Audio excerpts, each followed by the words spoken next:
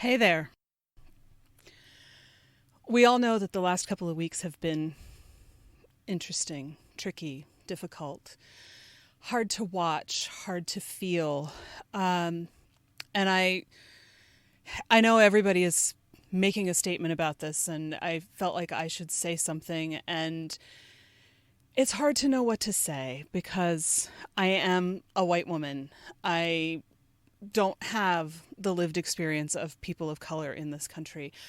And it's really easy, as I think we've probably all noticed over the last couple of years, to sit on the sidelines and think, "Oh, it'll all go away." And that's kind of a problem. And I want to share a little bit from Trevor Noah's book Born a Crime, which, if you haven't read it, is amazing. But he begins the third part of the book with a little blurb, and here's what he says. In Germany, no child finishes high school without learning about the Holocaust. Not just the facts of it, but the how and the why and the gravity of it, what it means. As a result, Germans grow up appropriately aware and apologetic. British schools treat colonialism the same way, to an extent. Their children are taught the history of the empire with a kind of disclaimer hanging over the whole thing. Well, that was shameful, now wasn't it? In South Africa, the atrocities of apartheid have never been taught that way. We weren't taught judgment or shame. We were taught history the way it's taught in America. In America, the history of racism is taught like this. There was slavery, and then there was Jim Crow, and then there was Martin Luther King, and now it's done. It was the same for us.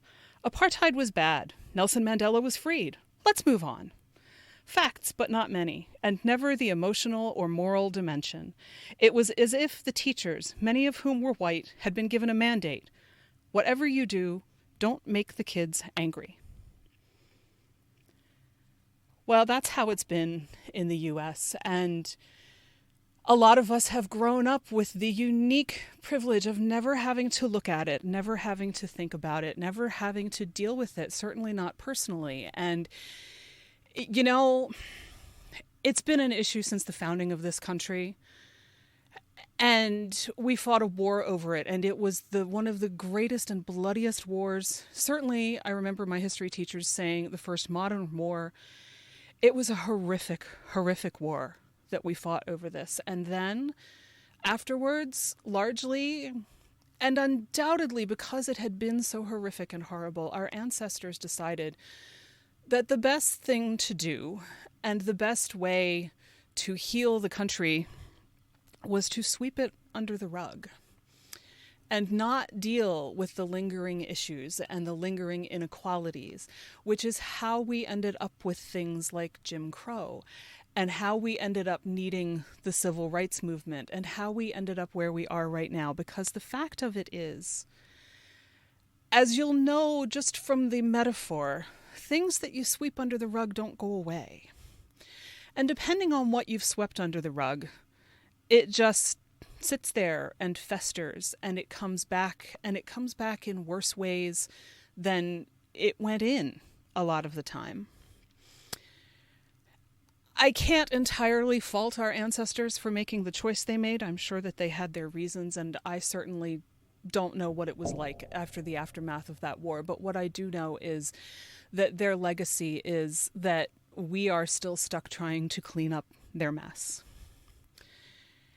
And the mess has become uglier over time. And the mess is so distant from us in our past.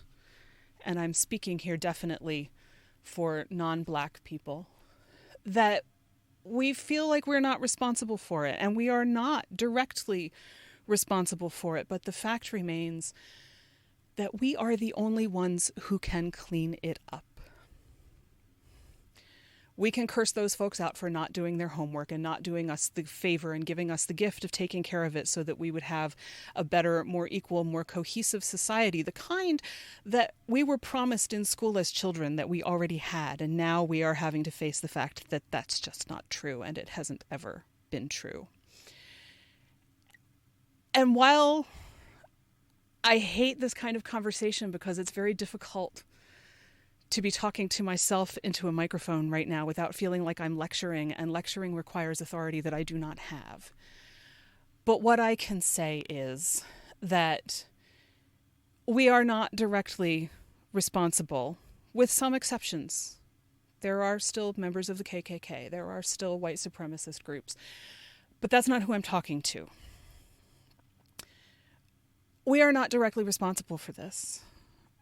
But we unconsciously and unknowingly perpetuate it. And that's the problem.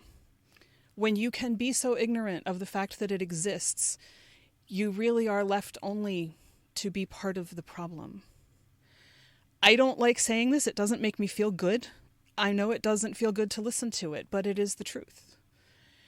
And the only way that we are ever going to solve this problem is for white folks who have never felt the need to do the soul searching and do the reading and the homework and the listening. Oh my God, the listening that we need to do is epic.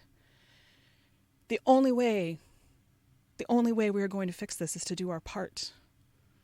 Black folks can't do it on their own because the system makes it much more difficult for them to do anything like that.